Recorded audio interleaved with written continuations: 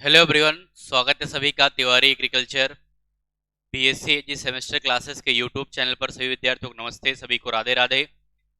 और जैसा कि आपको पता है कि हम लोगों ने जो है सेमेस्टर के लिए क्लासेस स्टार्ट की हैं और उसमें हम लोग जो है एग्रीकल्चर की कंप्लीट जो है इंट्रोडक्शन के बारे में डिस्कस कर रहे हैं, उसकी ओरिजिन हिस्ट्री को डिस्कस कर रहे हैं।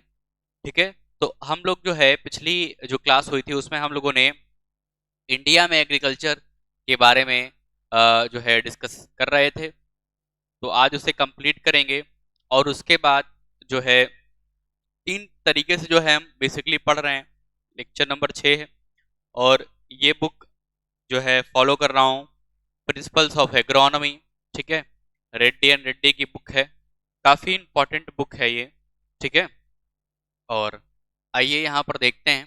तो देखो, सबसे पहले जो है अगर हम जो है एग्रीकल्चर की हिस्ट्री की बात करते हैं तो हिस्ट्री को हम तीन पार्ट में यहाँ पर पढ़ रहे हैं। एक तो हमने देखा एंशियंट हिस्ट्री। ठीक है, एंशियंट हिस्ट्री ये मैंने सबसे फर्स्ट क्लास में थोड़ा सा बताया था, एंशियंट हिस्ट्री। और फिर उसके बाद जो है अब एंशियंट हिस्ट्री जो है इसको हम दो तरीके से आगे देख रहे थे। एक तो वर्ल्ड लेवल पर, ठीक है, एट वर्ल्ड लेवल पर और इंडिया में। अब इंडिया में हमारा डिस्कशन चल रहा था, ठीक, आज ही कंप्लीट होगा। फिर उसके बाद जो है मिडिल मिडिल एज की बात करेंगे, ठीक है, मध्य युग। ठीक है, मिडिल एज की बात करेंगे एंड देन उसके बाद जो है आगे बढ़ेंगे अपने मॉडर्न एग्रीकल्चर की तरफ। ठीक है, एंशियंट, मिडिल और मॉडर्न या मिडाइवल जिसको कह सकते हैं। ठीक है, तो अभी आज अपना इंडिया वाला कंप्लीट करेंगे और फिर जो है मिडिल एज पर आ जाएंगे और फिर उसके बाद मॉडर्न वाला अपना कंप्लीट करेंगे। तब ये पूरी हिस्ट्री कंप्लीट होगी एग्रीकल्चर की। और मैं इतने प्रॉपर तरीके से आपको पढ़ा रहा हूँ ना, पूरा डिस्क्रिप्टिव इतना बढ़िया तरीका है कि आप अगर कोई कंपटीशन एग्जाम की प्रिपरेशन कर रहे हैं, अगर कोई स्टूडेंट इसको देख रहा है, इसको फॉलो कर रहा है, तो उसके लिए बेनिफिशियल रहेगा, वो फॉलो कर सकता है। अगर कोई स्टूडेंट जो है पीजी की तैयारी कर रहा है या किसी एंट्रेंस एग्जाम की तैयारी कर रहा है या किसी जो है कॉम्पिटिटिव एग्जाम की तैयारी कर रहा है, उसके लिए भी ये बिल्कुल जो है डिस्क्रिप्टिव तरीके से आपको पढ़ाया जा रहा है। ठीक है, तो यहाँ पर जो है मैंने जो है एग्रीकल्चर इन इंडिया की जो है हम बात कर रहे थे, किसकी, एग्रीकल्चर इन इंडिया।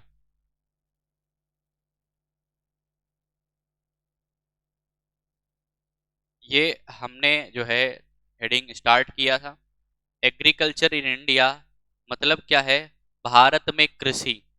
इसकी शुरुआत हम लोगों ने किया था।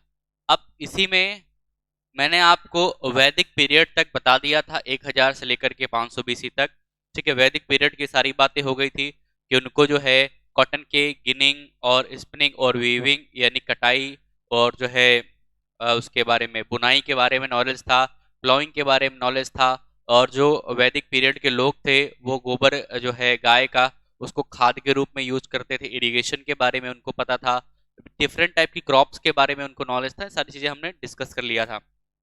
अब यहाँ पर एक बात आती है, अगर आपसे पूछा जाए कि इंडियन एग्रीकल्चर किस टाइप की एग्रीकल्चर है, तो यहाँ पर लिखेगा इंडियन एग्रीकल्चर। अगला पॉइंट उसी के आगे से लिखिएगा, Indian agriculture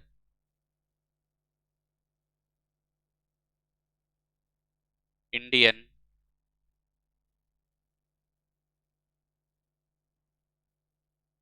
agriculture is predominantly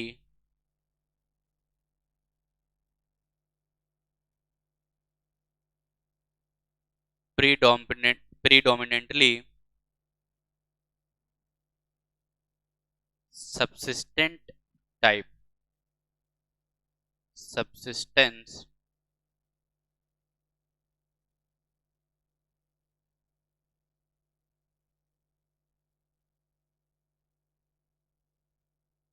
subsistence of the type।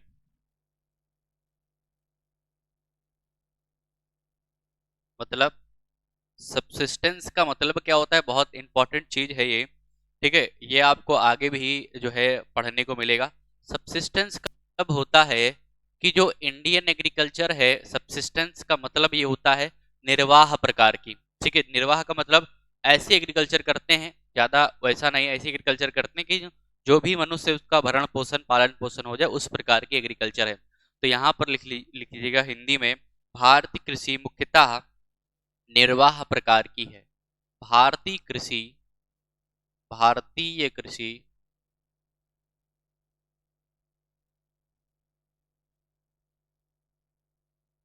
कृषि मुख्यतः मुख्यतः भारतीय कृषि मुख्यतः निर्वाह प्रकार की है। निर्वाह का मतलब वही बताया जो सबसिस्टेंस, निर्वाह प्रकार की है।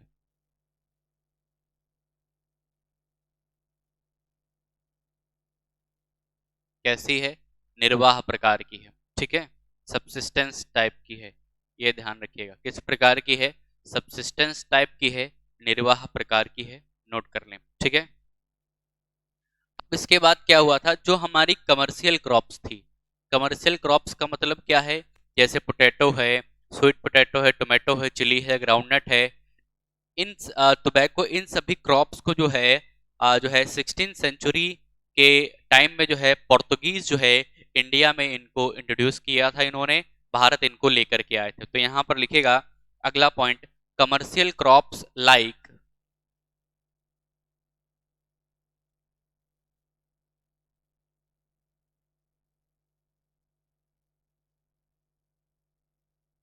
Commercial crops like potato, potato, sweet potato, sweet potato, potato, sweet potato, chili, ठीक है, tobacco, tobacco etcetera were introduced were introduced in the 16th century by the Portuguese, by the Portuguese, ठीक है। मतलब इन सभी क्रॉप्स को 16 सेंचुरी के दौरान जो है पोर्तुगीज अर्थात जो पुर्तगाली थे वो भारत लेकर के आए थे, ठीक है, पुर्तगीज जो है भारत लेकर के आए थे। तो यहाँ पर लिखेगा, क्या लिखेंगे भाई, यहाँ पर इसी की हिंदी यहीं पर लिख लेते हैं, ठीक है। तो यहाँ पर लिखेगा व्यवस आलू, आलू, शकरकंद, शकरकंद, मिर्च, मिर्च, तंबाकू, तंबाकू आदि फसलों को, आदि व्यवसायिक, व्यवसायिक फसलों को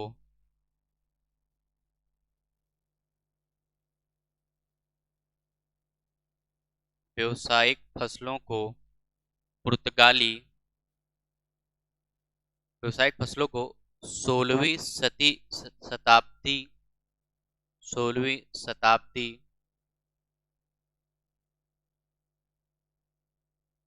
के दौरान, के दौरान पुर्तगाली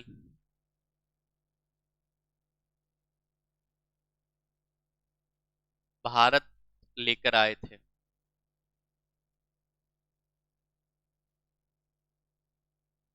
तो मतलब इनकी ओरिजिन इंडिया नहीं, ये इंडिया में नहीं थी, इन सभी क्रॉप्स को जो है पुर्तगीज इंडिया लेकर के आए थे 16 सेंचुरी के टाइम में, ठीक है, पुर्तगाली भारत लेकर आए थे।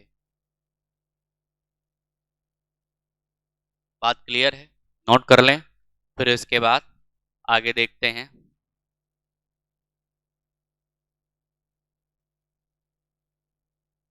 अब क्या हुआ, ये जो है, अब जब क्या हुआ, ये व्यवसायिक फसलें थी।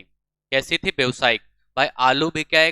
कैश क्रॉप है। अब बताएंगे आगे कैश क्रॉप क्या होती है, जब क्रॉप्स का क्लासिफिकेशन वाला चैप्टर स्टार्ट करेंगे। कैश का मतलब जो खेत में तैयार हुई तुरंत जो है बिक जाए, तुरंत पैसा मिल जाए। भाई टमाटर आपने लगाया, तो टमाटर जैसे तैयार हुआ तुरंत जाओ बाजार में बेच, तुरंत पैसा मिल जाएगा। लेकिन गेहूं को तुरंत तैयार होगा तुरंत पैसा मिल जाएगा? नहीं, जब तक उसकी प्रोसेसिंग नहीं होगी, आटा नहीं बनेगा, तब पैसा मिलेगा भाई। स्वीट पोटैटो है, टोमेटो है, ये भी आप लिख सकते हैं, चिली टोबैको। इन सबको जो है पुर्तगीज जब भारत लेकर के आए, ठीक है, वो कैसे थे? व्यवसायिक, मतलब इनका व्यवसाय होता था बड़े स्तर पर। तो फिर क्या हुआ कि जो हमने स्टार्टिंग में बताया था कि जो आपकी इंडियन एग्रीकल्चर सबसिस्टेंट टाइप की थी, वो फिर किस में चेंज हो गई? वो चेंज हो गई इकोनॉमिक एग्रीकल्चर में। ठीक है, मतलब जो आपकी इंडियन एग्रीकल्चर सबसिस्टेंस टाइप की थी, वो फिर रिप्लेस हो गई एक्सचेंज इकोनॉमिक। इकोनॉमिक का मतलब क्या है कि वो जो है धन से, मतलब वो क्या हो गया, व्यवसायिक इन फसलों की खेती होने लगी।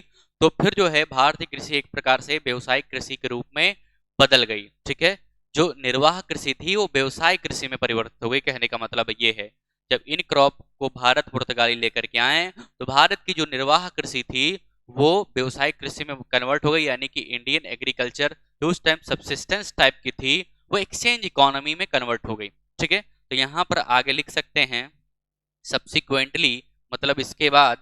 ठीक है, यहां पर आगे लिखेगा subsequently,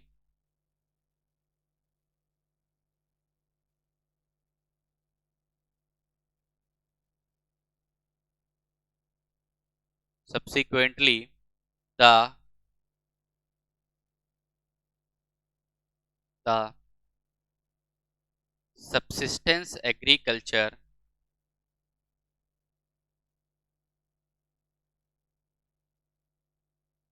agriculture subsistence agriculture replaced with the replaced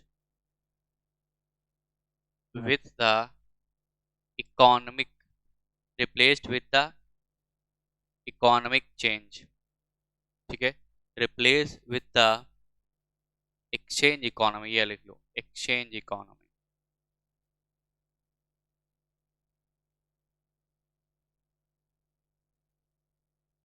ठीक है, एक्सचेंज इकोनॉमी का मतलब क्या है कि जो आदान प्रदान, एक्सचेंज का मतलब क्या होता है? आदान प्रदान, विनिमय वाली अर्थव्यवस्था में बदल गई। मतलब जो निर्वाह कृषि थी वो विनिमय अर्थव्यवस्था में बदल गई। ठीक है, जो विनिमय अर्थव्यवस्था में बदल गई, तो यहाँ पर लिखेगा क्यों बदली, क्योंकि जो पुर्तगीज भारत में व्यवसायिक फसलें लेकर के आए, उनके प्रभाव से ये हुआ। ठीक है, तो यहाँ पर लिखेगा कि इसके बाद,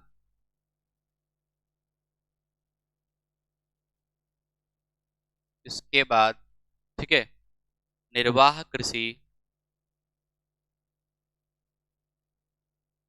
निर्वाह कृषि, ठीक है, विनिमय विनिमय अर्थव्यवस्था में,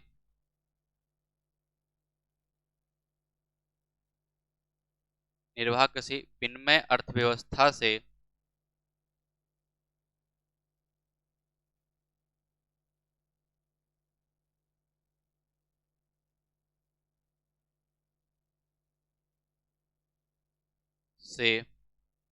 बदल गई। क्यों? क्योंकि फिर क्या होने लगा कि इन क्रॉप्स को जो है व्यवसाय होने लगा ना, व्यवसायिक फसलें, तो इनका व्यवसाय किया जाएगा। तो इसी को क्या बोलते हैं? ठीक है, ये जो घटना हुई इसी को बोलते हैं, this is called as commercialization of agriculture. यही क्या हो गया? कृषि का व्यवसायीकरण। यहीं पर क्या शुरू हो गया? कृषि का व्यवसाय होने लगा। पहले तो कृषि को जो है निर्वाह के रूप में करते थे, मतलब केवल जो लोग हैं अपने भरण पोषण के लिए करते थे। लेकिन जब 16वीं सदी में पुर्तगाली जब आए भारत, टमाटर मिर्च इन सभी फसलों को भारत लेकर के आए, तो ये व्यवसायिक फसलें थी। तो इनकी जब यहाँ खेती होने लगी तो इनका व्यवसाय होने लगा, और जब व्यवसाय होने लगा तो मतलब कृषि का क्या होने गया, हो गया, कृषि जो है व्यवसाय में बदल गई। तो इसी को क्या बोलते हैं? Commercialization of agriculture. तो यहीं पर लिख लीजिएगा, this is called as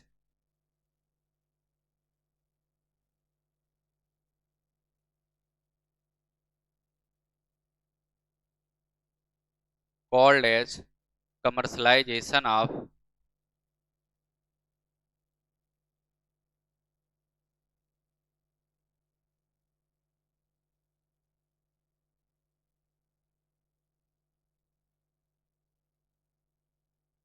commercialization of agriculture.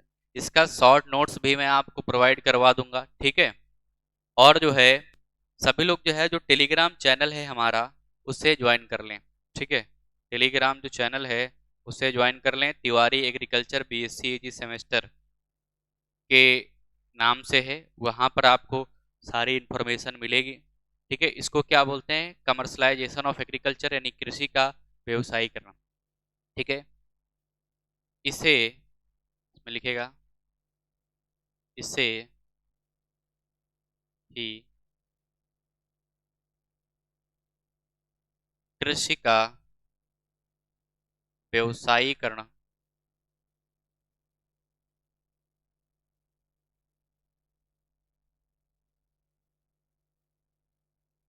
कृषि का व्यवसायीकरण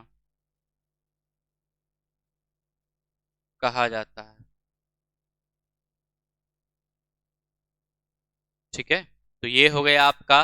तो आप देख रहे हो कि अगर हम बात करते हैं इंडिया में एग्रीकल्चर की, तो इंडिया में एग्रीकल्चर सबसे पहले शुरुआत कैसे थी भाई, फिर से मैं इसको रिवाइज करा देता हूँ।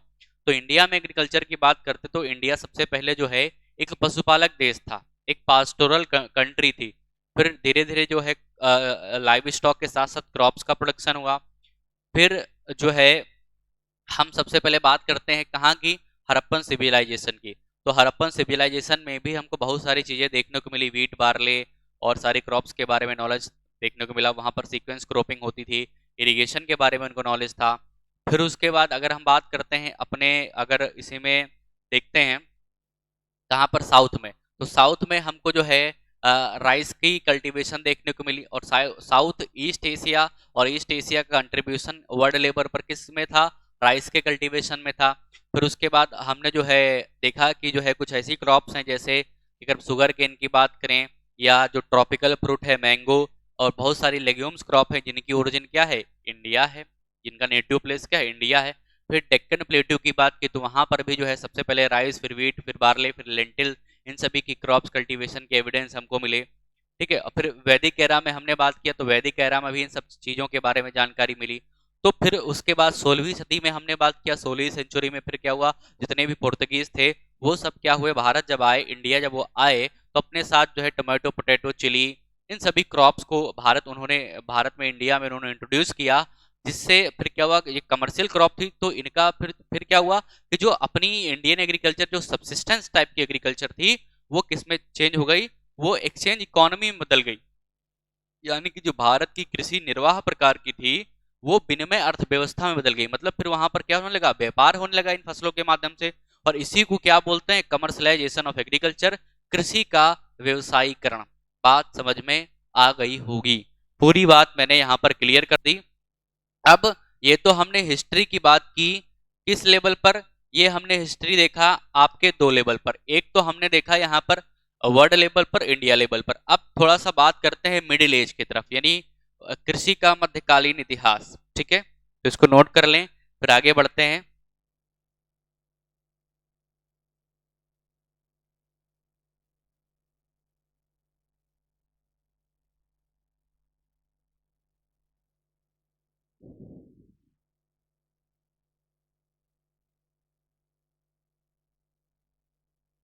ठीक है, अब यहाँ पर लिखेगा मिडिल एज, ठीक है, ठीक है, मिडिल एज या मिडिल एज, ठीक है, मिडिल एज ऑफ एग्रीकल्चर,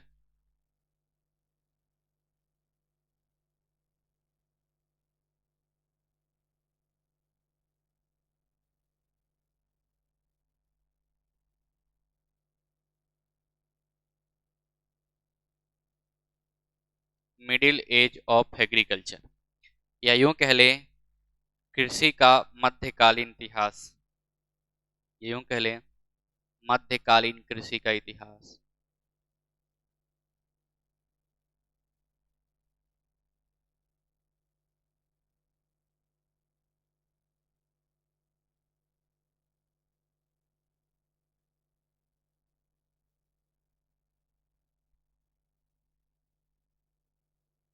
ठीक है। तो मिडिल एज की बात करते हैं तो बात आती है 1492 एडी की, यानी कि 1492 एडी की। तो फिर क्या हुआ कि जो ग्लोबल एक्सचेंज होने लगा, जो भी हमारे लोकल क्रॉप्स थी और जो एनिमल्स ब्रीड थी, ठीक है, उनका।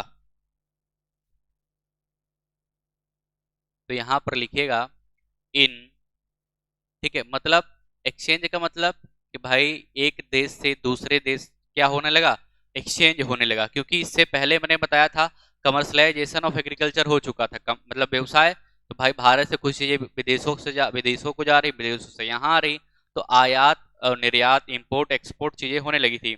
तो यहाँ पर लिखेगा in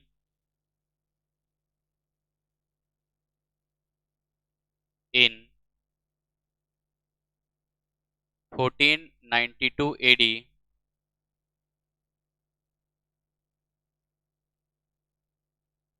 the global exchange of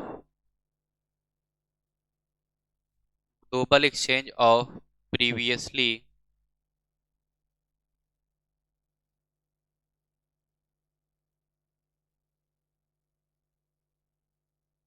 crops and livestock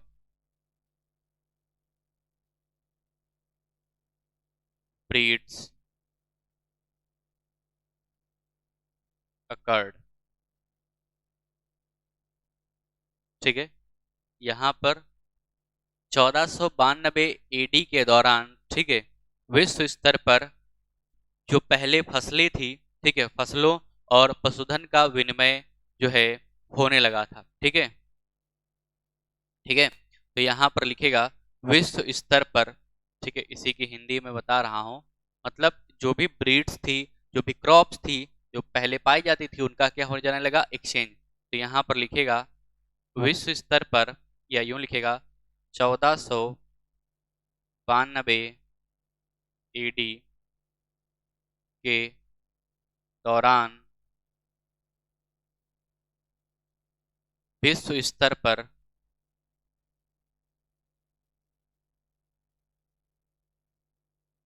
विश्व स्तर पर, ठीक है, विश्व स्तर पर पूर्व में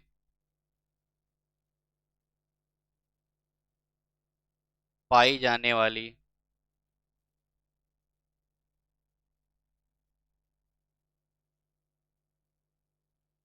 पाई जाने वाली फसलों और पशुधन नस्लों का, फसलों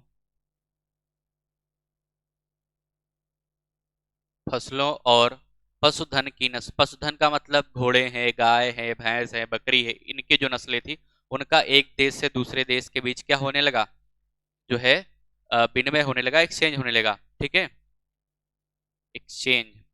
देखो भाई ये थोड़ा सा मैनेज कर लेना, ये छूट जाता है मुझसे।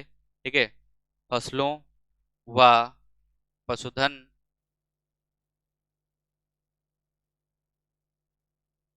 की नस्लों का, अभी जब ये पूरा चैप्टर इस तरह से हम नोट्स बनवा देंगे, पूरा डिस्क्रिप्टिव वे में कंप्लीट हो जाएगा, फिर उसके बाद एक माइंड मैप लेके आएंगे, एक फ्लो चार्ट लेके आएंगे, जिससे कि चीज़ें आपको बिल्कुल क्लियर हो जाएंगी। ठीक है, पशुधन की नस्लों का, ठीक है, विनिमय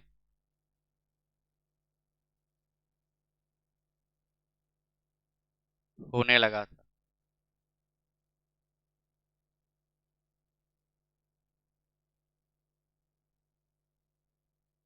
ठीक है, इनका क्या होने लगा, एक कंट्री से दूसरे कंट्री के बीच क्या होने लगा,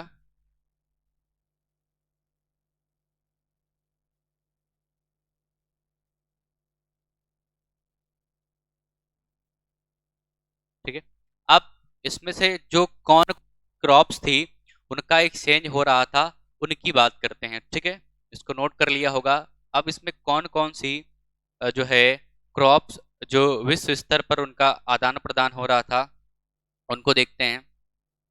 लिखिएगा, लिखिएगा यहाँ पर the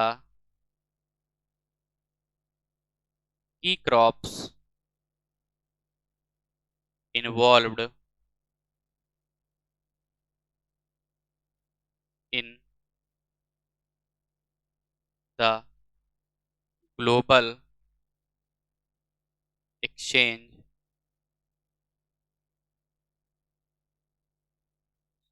are कौन कौन सी थी? Potato, tomato, potato, tomato, potato, tomato, chili, ठीक है, टोबैको, एक्सेट्रा।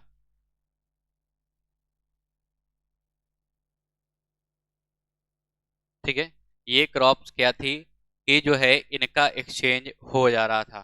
ठीक है, extra are going from old world to from new world to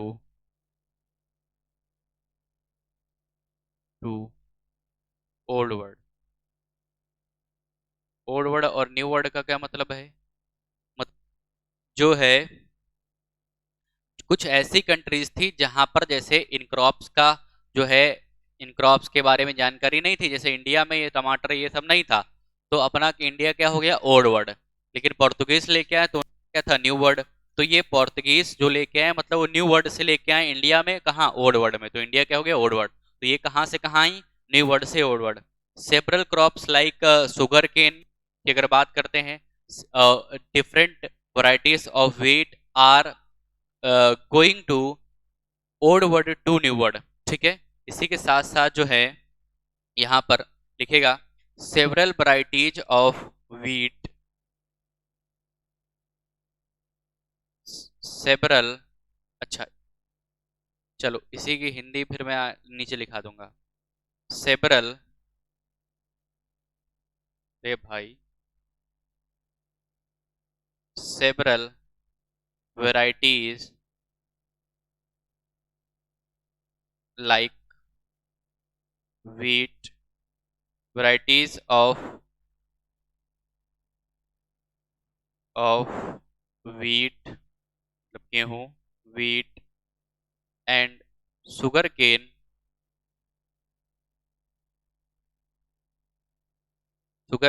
are also going from old world to new world, going from old world to new world. ठीक है, पुराने देश से नए देश में। ठीक है, अब अपना शुगर केन तो अपने वहां था, वीट भी अपने वहां था, ये फिर जो है नए पुराने वर्ड का मतलब पुराना देश, यहाँ से फिर नए देश का मतलब जो न्यू कंट्रीज थी, जो ज्यादा डेवलप्ड कंट्रीज थी उस टाइम में, वहां गया। ठीक है, तो यहाँ पर लिखेगा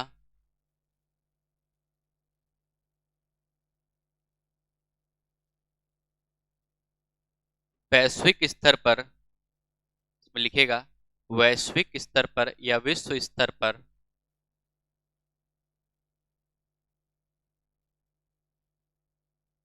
विश्व स्तर पर फसलों के विनिमय में,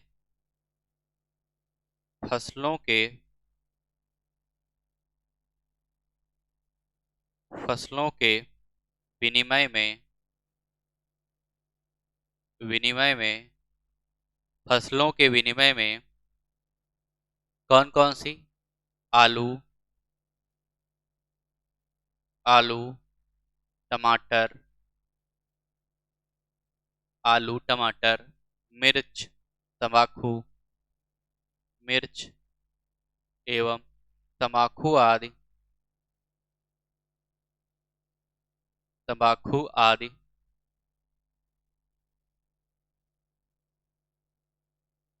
मुख्य फसलें थी।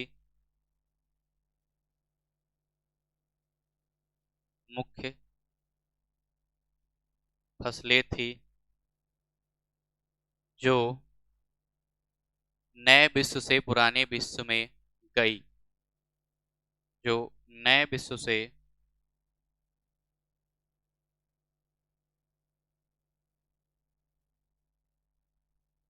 पुराने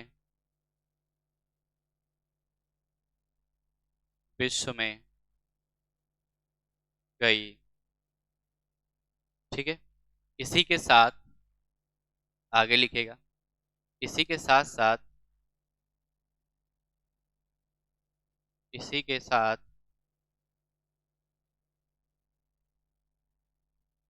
साथ साथ गेहूं और गन्ना की कई प्रजातियां भी, गेहूं और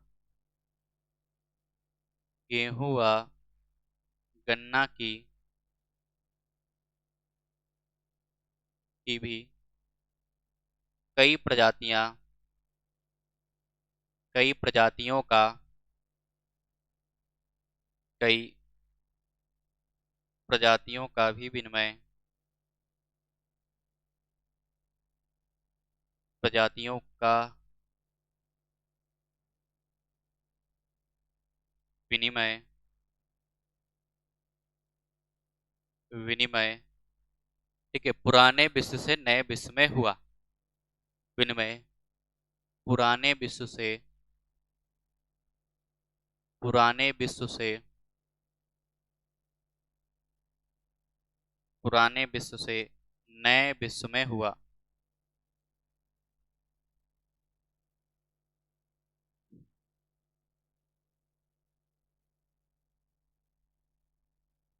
पुराने विश्व से नए विश्व में हुआ।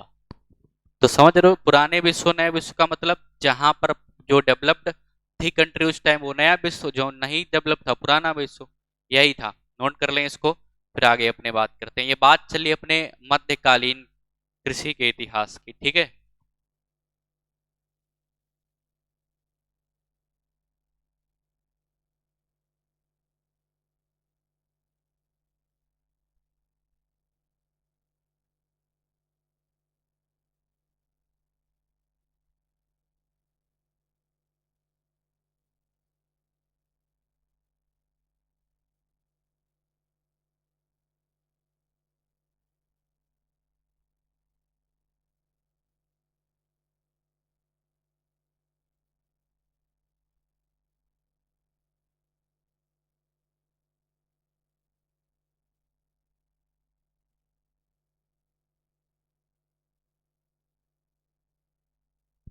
अब ये तो हमने क्रॉप की बात कर ली कि क्रॉप्स में कौन कौन से क्रॉप्स का ग्लोबल लेवल पर क्या हुआ, एक्सचेंज हुआ था। अब चूंकि मैंने स्टार्टिंग में आपको यहाँ पर बताया है कि एक्सचेंज जो है वो क्रॉप्स का भी हुआ था और लाइव स्टॉक ब्रीड्स का भी हुआ था। अब लाइव स्टॉक ब्रीड्स में कौन कौन से जो है इंपॉर्टेंट एनिमल थे जिनका जो है ओल्ड वर्ड से न्यू वर्ड में एक्सचेंज हुआ। तो आपको मैंने बता रखा है, सबसे पहले जो है जो एनिमल था जिसका जो है डोमेस्टिकेशन हुआ, डॉग था, और उसी के साथ साथ हॉर्स भी था। हॉर्स का क्यों जो है ग्लोबली एक्सचेंज हो रहा था, इसलिए हो रहा था क्योंकि देखो घोड़े से क्या है, एक स्थान से दूसरे स्थान कहीं जाना है जा सकते हैं, घुड़सवारी करके कहीं भी जो है कई सौ किलोमीटर आप जा सकते थे घोड़े से एक स्थान से दूसरे स्थान। पहले यही सब चलता था भाई, राजा महाराजाओं के समय में घोड़े से ही तो सारी चीजें जो है की जाती थी, और जो है रथ बनाए जाते थे। ठीक है, तो इसलिए जो है इनका यूज हुआ उस टाइम, घोड़ों का एक्सचेंज हो रहा था। तो यहाँ पर लिखेगा the most important animal exportation include. ठीक है, आगे, अच्छा इसके आगे नहीं, इसके आगे नहीं, ये तो हो गया, इसके आगे, इसके आगे, हाँ इसके ये तो हमने क्रॉप्स की बात की। अब जो है यहाँ पर लिखेगा कौन कौन से जो है एनिमल्स का जो है एक्सपोर्टेशन हुआ। लिखेगा the most,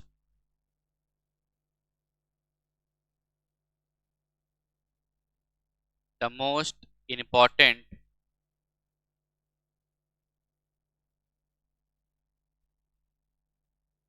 important exportation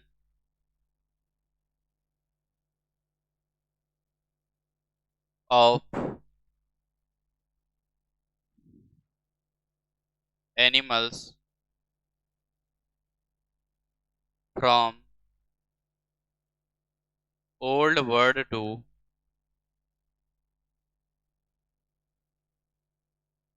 new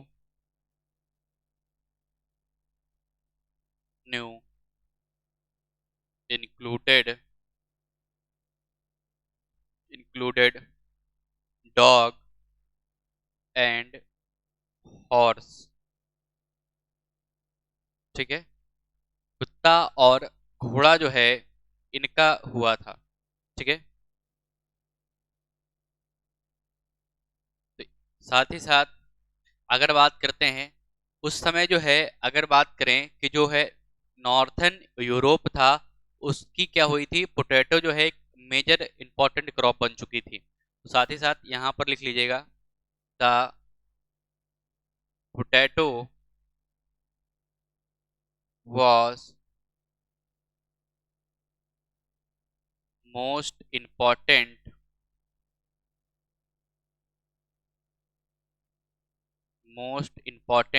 staple crop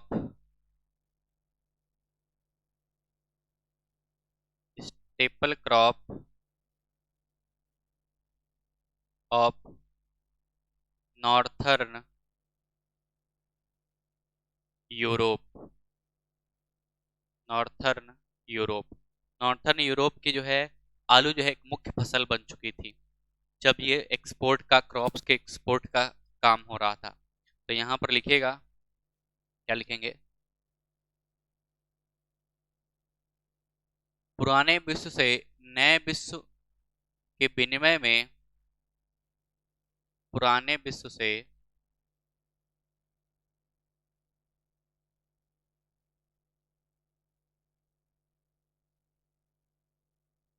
नए विश्व में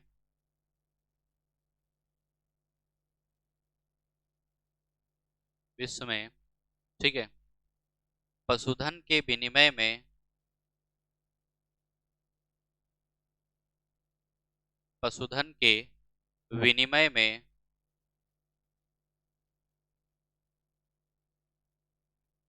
विनिमय में कुत्ता व घोड़े मुख्यतः शामिल थे। घोड़े मुख्य थे। ठीक है, साथ ही लिख लीजिएगा, साथ ही आलू, आलू था, आलू, ठीक है,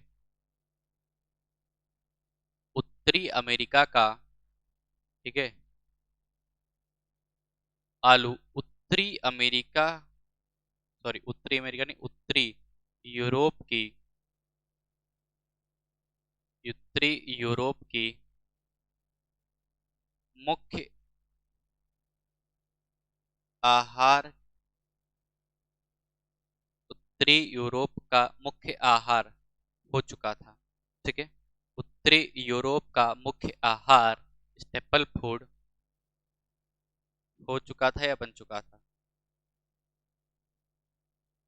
चुका था। तो ये जो है 1400 ईडी के बाद, तकरीबन उसकी 1400 ईडी 1500 ईडी की बात कर रहे हैं। ठीक है, 1500 ईस्वी की बात कर रहे हैं। ठीक है, बात समझ गए होंगे। ठीक है, तो मतलब आज से अगर हम बात करते हैं 2025 चल रहा है, तो 500 वर्ष तकरीबन पहले, 500 वर्ष तकरीबन पहले की बात चल रही है। ठीक है, तो नोट कर लें इसको। तो क्रॉप्स में कौन कौन से क्रॉप्स का जो है ग्लोबली एक्सचेंज हो रहा था, और एनिमल्स में किनका ग्लोबली एक्सचेंज हो रहा था। ठीक है, चलिए अब जो यहाँ पर इतना नोट कर लें, सभी लोग स्क्रीनशॉट ले लें।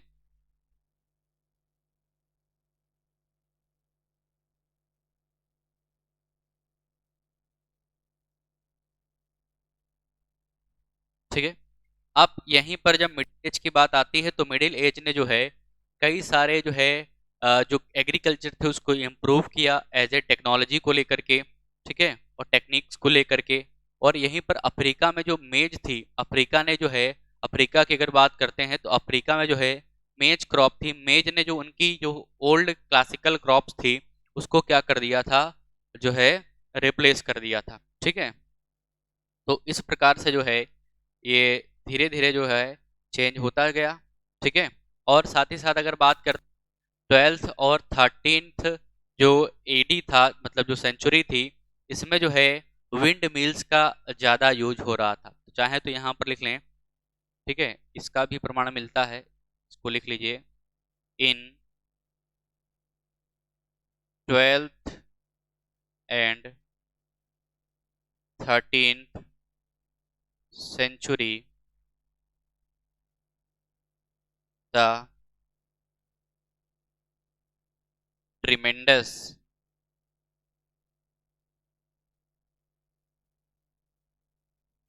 increasement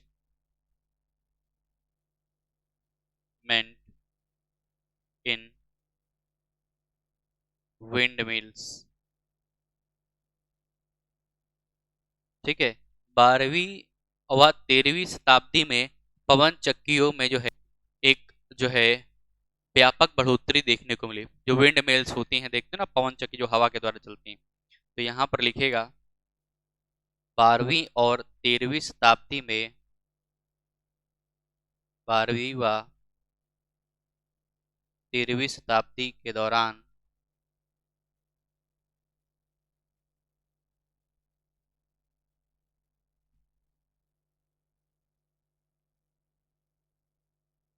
ठीक है पवन चक्कियों में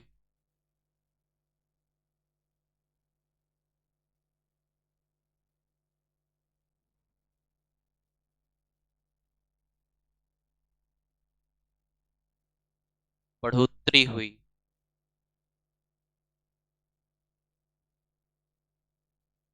काफी व्यापक स्तर पर जो है बढ़ोतरी हुई थी, मतलब। तो ये कुछ इंपॉर्टेंट चीजें हैं मिडिल एज से रिलेटेड, नोट कर लें। फिर ये अपना मिडिल एज का भी कॉन्सेप्ट जो है क्लियर हो जाएगा, ठीक है। मिडिल एज में बेसिकली ये था कि जो पोर्तुगीज थे वो इंडिया में बहुत सारी चीजों को लेकर के आए थे, ठीक है। ग्लोबल एक्सचेंज हो रहा था, ठीक है, डॉग्स का, क्रॉप्स का, हॉर्सेस का, ठीक है। बस यही इसमें हमें डिस्कस करना है, ठीक है। अब यहाँ पर बात करते हैं, ठीक है,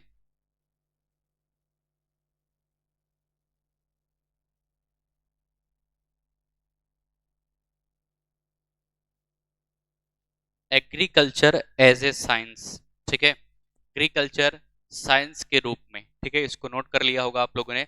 अब यहाँ पर बात समझनी है, एग्रीकल्चर एज ए साइंस, ठीक है। Agriculture as a science heading यहाँ पर लिखिएगा, एग्रीकल्चर एज ए साइंस। ये हिस्ट्री वाला पूरा जो है एग्रीकल्चर की हिस्ट्री पूरी कंप्लीट कर ली है हम लोगों ने वर्ल्ड लेवल पर, और जो साथ ही साथ जो है अपने इंडिया लेवल पर। अब यहाँ पर बात करेंगे एग्रीकल्चर एज ए साइंस।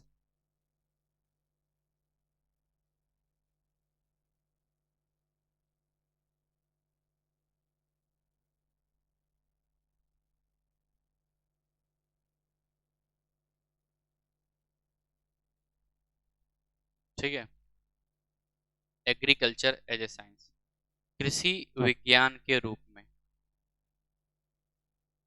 कृषि विज्ञान के रूप में,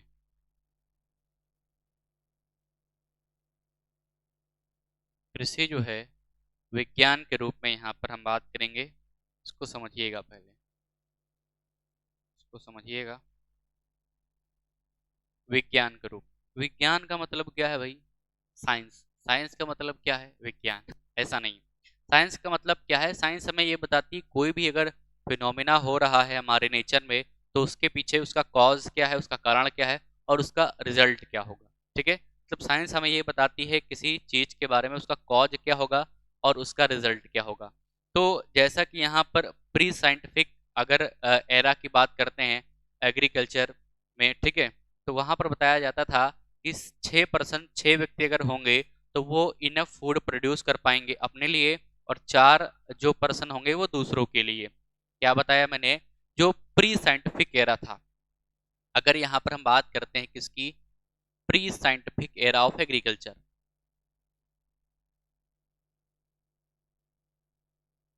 pre scientific era of agriculture मतलब जो कृषि का वैज्ञानिक युग था, ठीक है, पूर्व वैज्ञानिक, कृषि का पूर्व वैज्ञानिक युग, ठीक है, एग्रीकल्चर। तो pre scientific era of agriculture जो था, यू है भाई, ठीक है, pre scientific era of agriculture था। तो इसमें क्या बताया था, इसको बोलेंगे क्या, इसको बोलेंगे, ठीक है, इसको बोलेंगे pre scientific era of agriculture, ठीक है, पूर्व वैज्ञानिक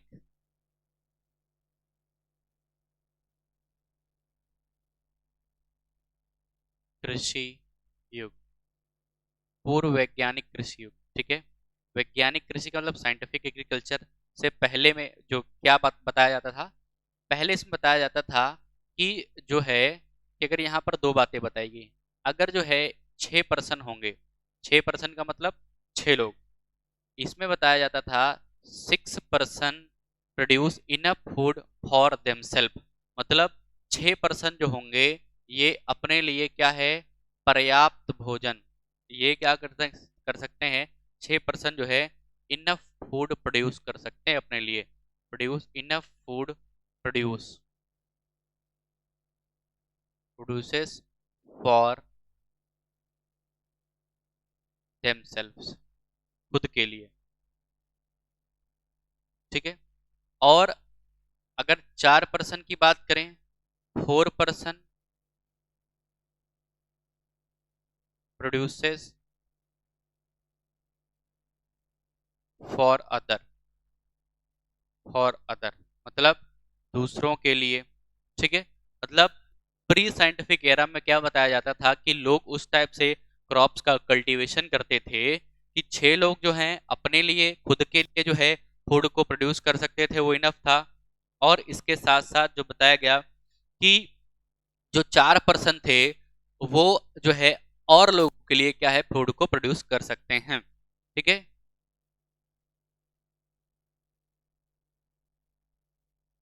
ठीक है, अब ये तो था pre scientific era of agriculture.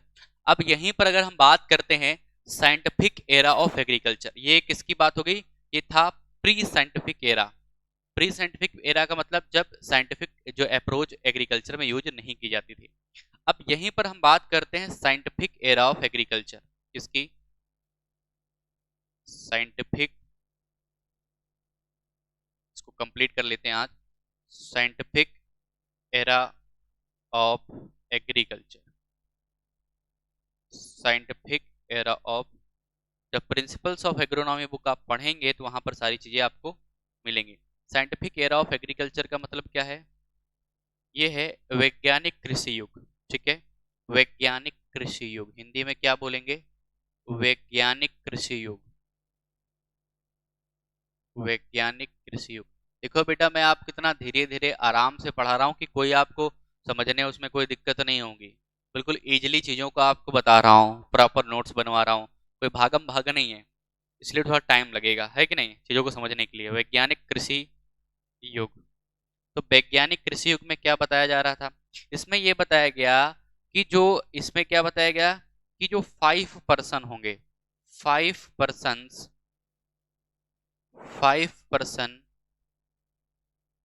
ठीक है, 5% होंगे produces enough food for 95 other, मतलब 5 लोग जो है इतना जो है फूड को प्रोड्यूस कर सकते हैं जिससे कि 95 लोगों का जो है क्या हो जाए, उनका भरण पोषण हो पाएगा, ठीक है। 5% produces enough food, enough food for for 95 others, ठीक है। मतलब 5 लोग, देखो यहाँ पर अंतर देखो, जब साइंटिफिक एरा नहीं था जो है, तो वहां पर टेक्नोलॉजी और जो है जो इम्प्रूवमेंट था एग्रीकल्चर का, एडवांसमेंट था, ये नहीं था, तो जो टेक्निक थी वो नहीं थी, लेकिन तो 6 ही लोग जो है, 6 लोग अपने लिए कर पा रहे थे, 4 लोग और के लिए। यहाँ पर जब साइंटिफिक अप्रोच आई, जब मॉडर्न एग्रीकल्चर आया, मतलब उसकी शुरुआत हुई, कैसे हुई हम बताएंगे अगली क्लास में। तो जब साइंटिफिक एरा आया, तो साइंटिफिक एरा का मतलब क्या है, यहाँ पर एडवांस टेक्निक हो गई, मॉडर्न मॉडर्न टेक्निक हो गई एग्रीकल्चर को करने के लिए। तो यहाँ पर 5 लोग अगर जो है इस साइंटिफिक एरा में अगर काम करेंगे, एग्रीकल्चर करेंगे, क्रॉप्स को ग्रो करेंगे, तो वो 95 लोगों के लिए जो है फूड को प्रोड्यूस कर पाएंगे, इनफ फूड को प्रोड्यूस कर पाएंगे। तो ये है साइंटिफिक और नॉन साइंटिफिक एरा में डिफरेंस। तो आप बात को समझ गए होंगे, ठीक है। तो आज के लिए यहीं तक रखते हैं। बाकी इसके बाद जो है साइंटिफिक एग्रीकल्चर, अब यही इसी को हम आगे करेंगे, जो साइंटिफिक एरा है, मतलब साइंटिफिक एग्रीकल्चर है क्या, ठीक है।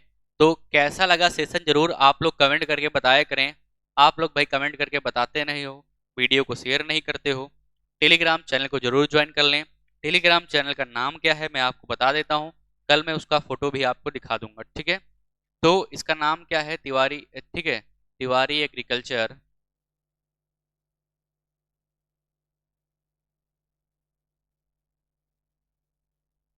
Tiwari agriculture BSc Ag semester, यही यूट्यूब चैनल है।